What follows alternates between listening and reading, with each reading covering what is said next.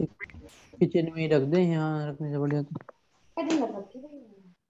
चलो है। तो किचन में रखने में क्या? को कुछ काम होगा तभी रख देते हैं। चलो देखो, एक बार देख लेंगे।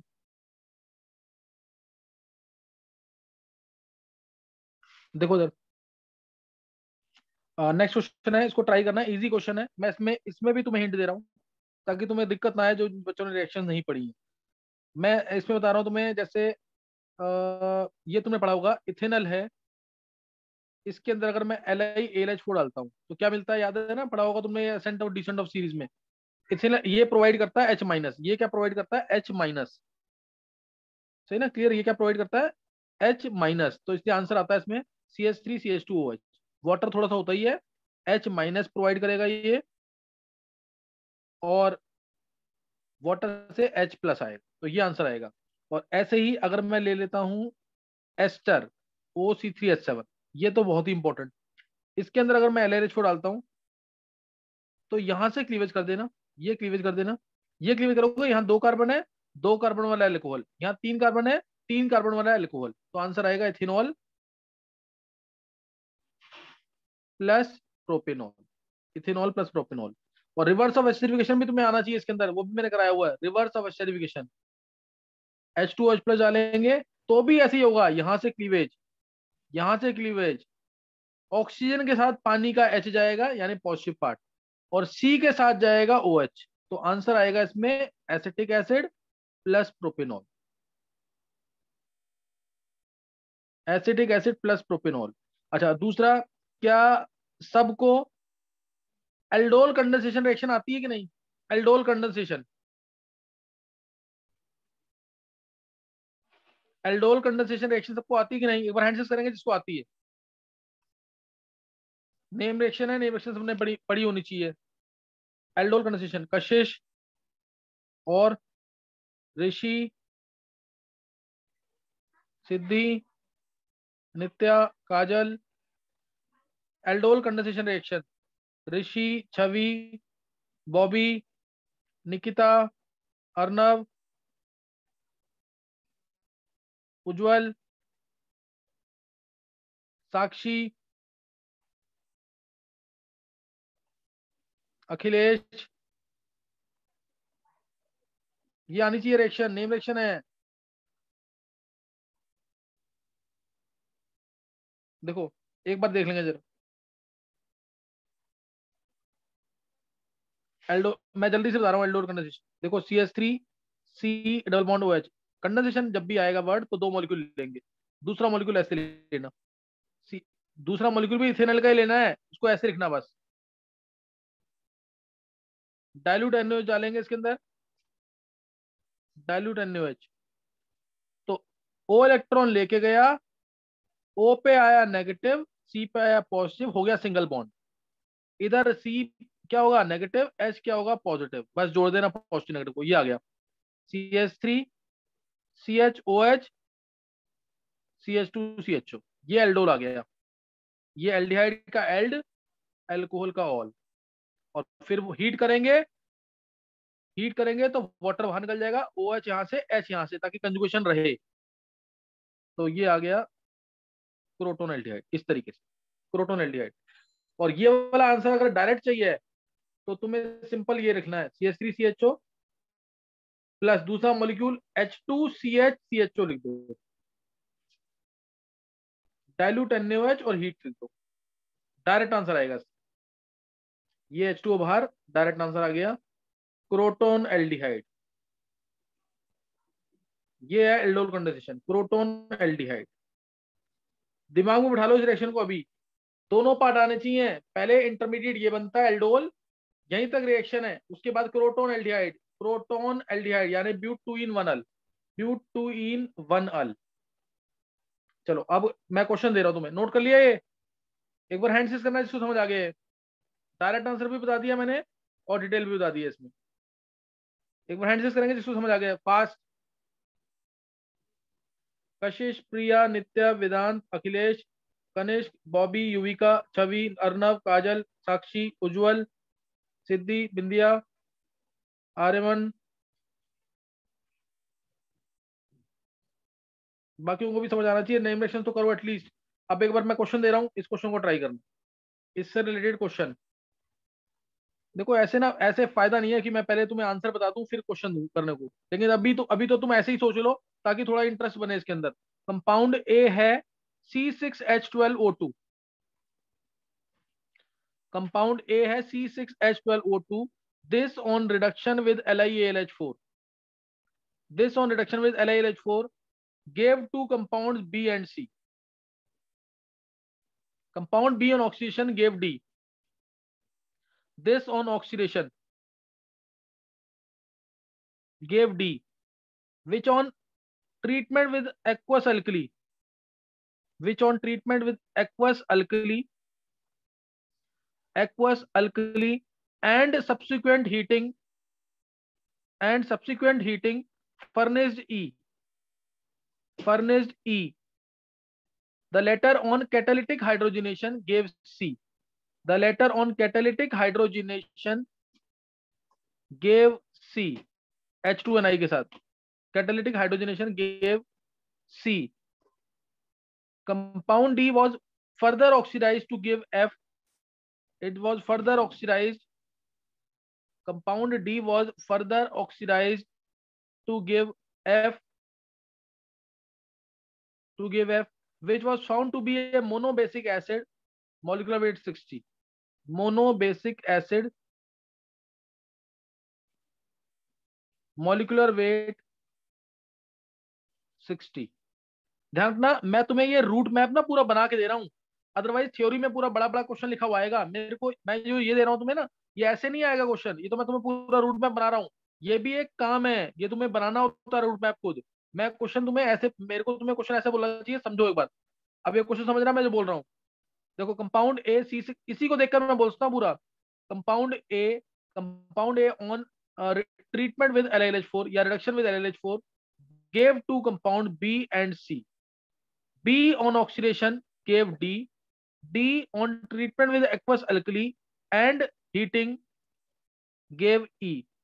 E on treatment with, yeah, E on catalytic treatment with hydrogen gives C. D was further oxidized to give F and was found to be a monobasic acid of molecular weight 60. Question ऐसे आएगा। ये तो मैंने तुम्हें पूरा root में बना दिया है, अब तुम्हें निकालना है इसका आंसर। जल्दी से निकालेंगे आंसर क्या आएगा इसका।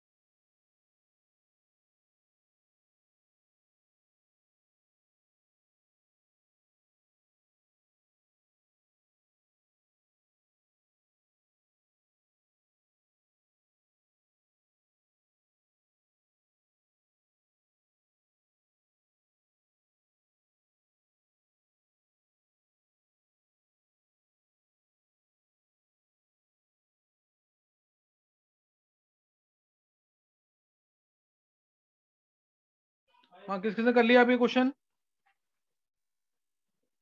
हैंड रेज करेंगे जिसने कर लिया क्वेश्चन ये।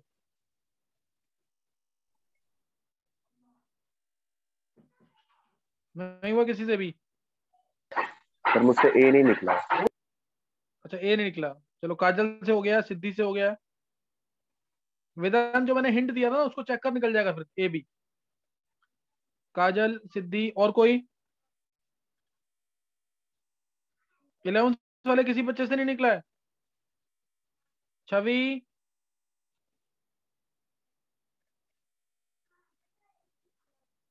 बॉबी, कनिष्क,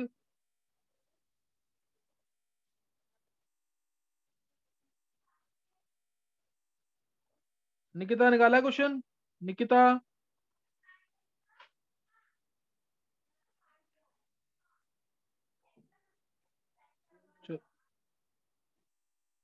चलो फिर काजल बताओ आंसर।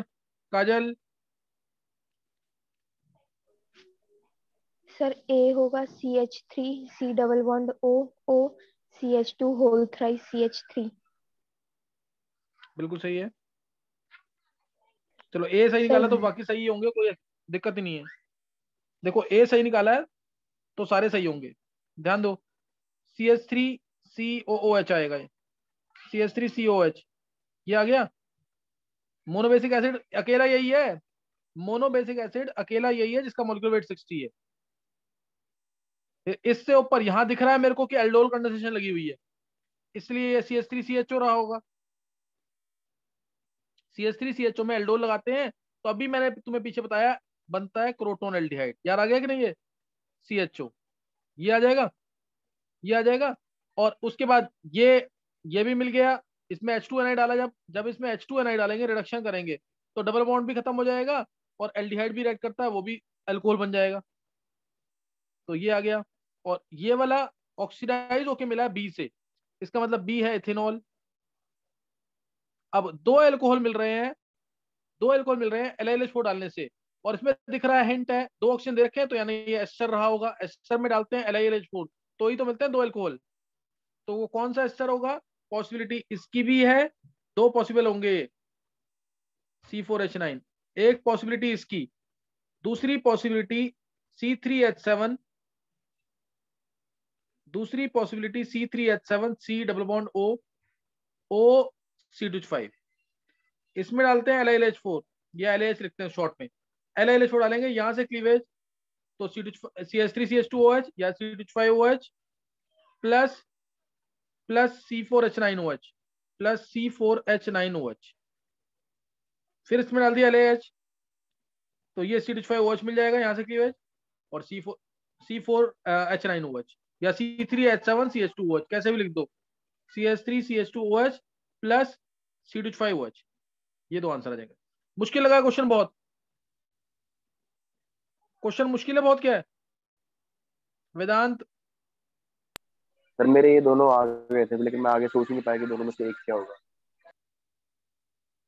अच्छा, अब ये दो पॉसिबिलिटीज है सर की। अभी वेदांत समझ आ गया कि नहीं? यस सर आगे।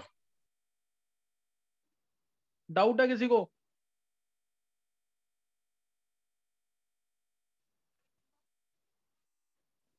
चलो चलो, मैं मान के चल रहा हूँ समझ आ गया। नेक्स्ट, अच्छा, ओजोनोलिसिस सबने पढ़ा हुआ है ना? एक बार हैंड से करेंगे ओजोनोलिसिस जिसने कर रखा है, सिंपल वाला। स्टार्टिंग की 10 कन्वर्जन में ही बता दिया होगा मैंने। काजल, नित्या, प्रिया, कनिष्क, छवि, सिद्धि, कशिश, वेदांत, निकिता, अखिलेश, अर्नव, ओजोनोलिसिस सबने पढ़ा होगा। हाँ, ऋषि, युविका, देवांशी, हर्षित, साक्षी। फिर ये सबने पढ़ा हुआ है। जब मैं एक सिंपल सा हिंट दे रहा हूँ तुम्हें, अगर डबल बॉन्ड है और ओजोनोलिसिस कर दिया, ओजोनोलिसिस के लिए पहले डालते हैं O3CHCl3, सेकंड डालते हैं H2O जिंक। डायरेक्ट आंसर बता रहा हूँ मैं, ये डबल बॉन्ड को ब्रेक कर देना कंप्लीटली, डबल बॉन्ड ओ इधर लगा देना, डबल बॉन्ड ओ इधर लगा देना, यानी आंसर आ जाएगा। प्रोपीन का ओजोनोलिसिस करते हैं अगर तो आंसर आएगा इथेनल, और CH2 बॉन्ड O मतलब मिथेनल। इथेनल और मिथेनल उल्टा सोचना है। अगर अगर बोल देगा कि ये प्रोडक्ट्स हैं ओजोनोलिसिस के तो रिएक्टेंट क्या है, तो तुम्हें क्या करना है, दोनों ओ को जोड़ देना और क्या बना देना, दोनों को हटा देना, ये भी हटा देना, ये भी हटा देना, और बीच में लगा देना डबल बॉन्ड। उल्टा और सीधा दोनों सोचना आना चाहिए। यही हिंट है अगले क्वेश्चन का, देखो इधर। और ascent of series of alkynes तो पता नहीं कितनी बार पढ़ा होगा तुम लोगों ने। यही क्वेश्चन दे रहा हूं, और इजी क्वेश्चन इस बार, बहुत इजी क्वेश्चन है, जल्दी से निकालेंगे। एन अनसेचुरेटेड हाइड्रो, मेरे बोलते बोलते तुम लोग भी रूट मैप बनाना सीखो कम से कम। मैं बोल रहा हूँ और रूट मैप तुम खुद बनाओ। An unsaturated hydrocarbon A, unsaturated hydrocarbon A,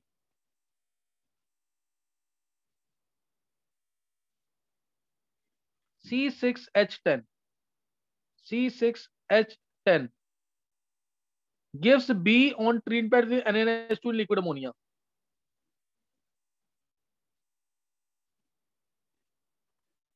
Gives B when B is allowed to react with 1 chloropropane,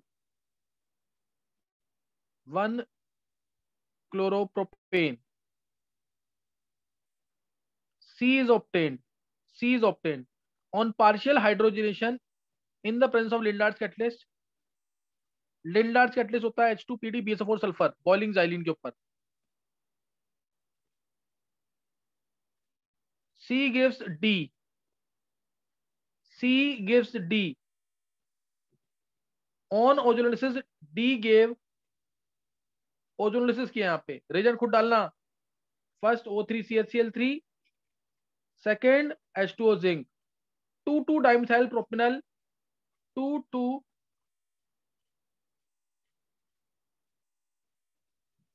dimethyl propanal and butanol are obtained।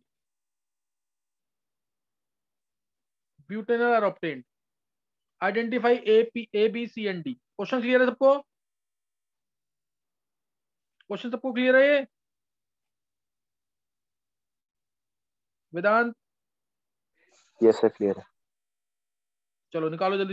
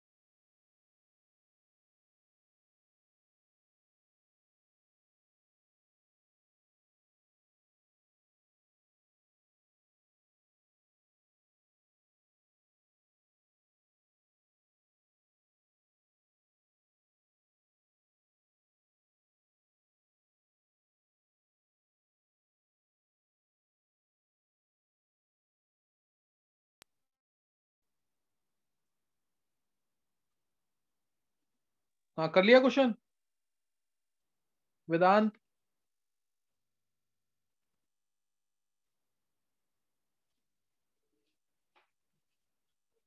वेदांत चलो एक बार हैंड करेंगे जिससे हो गया क्वेश्चन। काजल से हो गया है, सिद्धि, कशिश,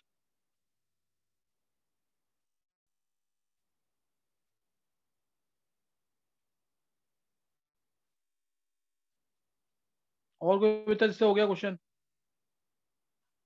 इजी क्वेश्चन है तो। युविका,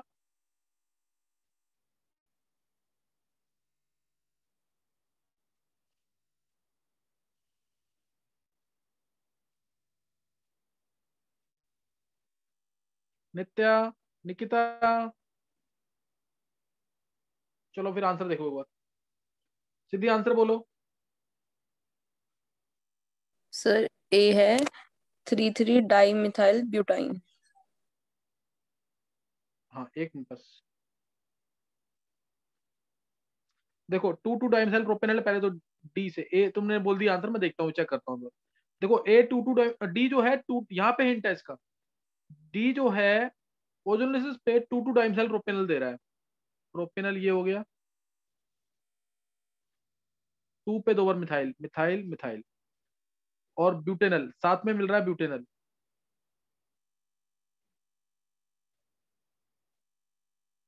साथ में ब्यूटेनल। तो ये यहाँ पे, ये यहाँ से ऑक्सीजन बाहर निकल जाएगा, ये ऑक्सीजन ये यहाँ पे बाहर निकल जाएंगे, और ये आ गया हमारा C double bond CH C, ये 3 आ गए। और उसके बाद H2PDBSO4 सल्फर डाला है, H2PDBSO4 सल्फर डाला है, तो ट्रिपल बॉन्ड आ जाएगा ऊपर। ऊपर इसका मतलब ट्रिपल बॉन्ड रहा होगा। तुम्हें याद होगा ब्यूट 2 आइन से सिस ब्यूट 2 इन कैसे मिलता है, तो लिंडर्स कटले चला था, वही हिंट है इसमें। C triple bond C, carbon carbon carbon, ये आ गया, यही रहा होगा। और यहाँ पे तुम्हें दिख रहा है कि 1 क्लोरोप्रोपेन ऐड किया है मैंने, 1 क्लोरोप्रोपेन ये वाला पार्ट ऐड किया होगा, तो ये हटा करके H लगा देना, ये हटा करके H, और ये अच्छा एक मिनट, H नहीं डायरेक्ट मत लगाना, यहाँ पे आएगा पहले Na ने लिक्विड में डाला ना, यहाँ Na आएगा, ऊपर H वाला पार्ट आएगा, यहाँ पे ये आएगा। अब हैंड से करेंगे जिसको समझ आ गया। ये इजी क्वेश्चन है, टफ नहीं है, ये बहुत इजी क्वेश्चन था कन्वर्जेंस से रिलेटेड, सबको समझ आना चाहिए। कशिश, बॉबी, काजल, कनिष्क, नित्या, अर्नब, प्रिया, अखिलेश, युविका, साक्षी, सिद्धि, निकिता, देवांशी, छवि,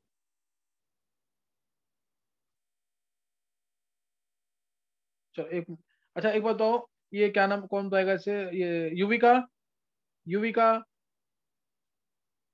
यस सर। युविका ये क्वेश्चन नहीं हो सकता तुमसे क्या? सर मुझे सी के बाद नहीं हुआ था। अच्छा C के बाद नहीं हुआ है। छवि, यस सर। क्यों नहीं हो रहे क्वेश्चन?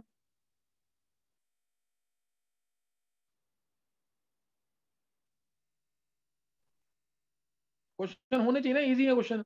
ये देखो युविका, C के बाद देखो जरा, C के बाद ये तुमने ब्यूट 2 आइन से सिस ब्यूट 2 इन कन्वर्जन पढ़ी है कि नहीं? क्लोरोफॉर्म से सिस ब्यूट 2 इन, याद है कि नहीं?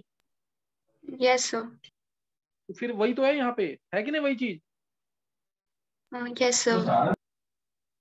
तो ऐसा ना टॉपिक वही है सारे, कन्वर्जन जरूर पढ़ के रखना। ऐसा ना मैं अभी यहाँ पे वाइंड अप कर रहा हूँ, यहाँ पे मैं आगे क्लास नहीं ले रहा मैं, तुम एक बार ना पढ़ के रखो ढंग से।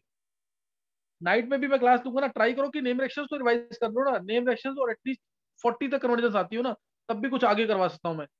ये सिर्फ इंटरेस्ट लाने के लिए कि कन्वर्जन कितनी इंपॉर्टेंट है, और ऐसे ही क्वेश्चन आए हुए पेपर के अंदर, और तुमसे निकल ही नहीं रहे यहाँ पे। और आज से 3-4 साल पहले जब क्लासेस चलती थी ना, उसमें आंसर बोलने, आंसर 10-15 बच्चे क्वेश्चन खत्म हुआ आंसर देते थे, इतने इजी क्वेश्चन है ये।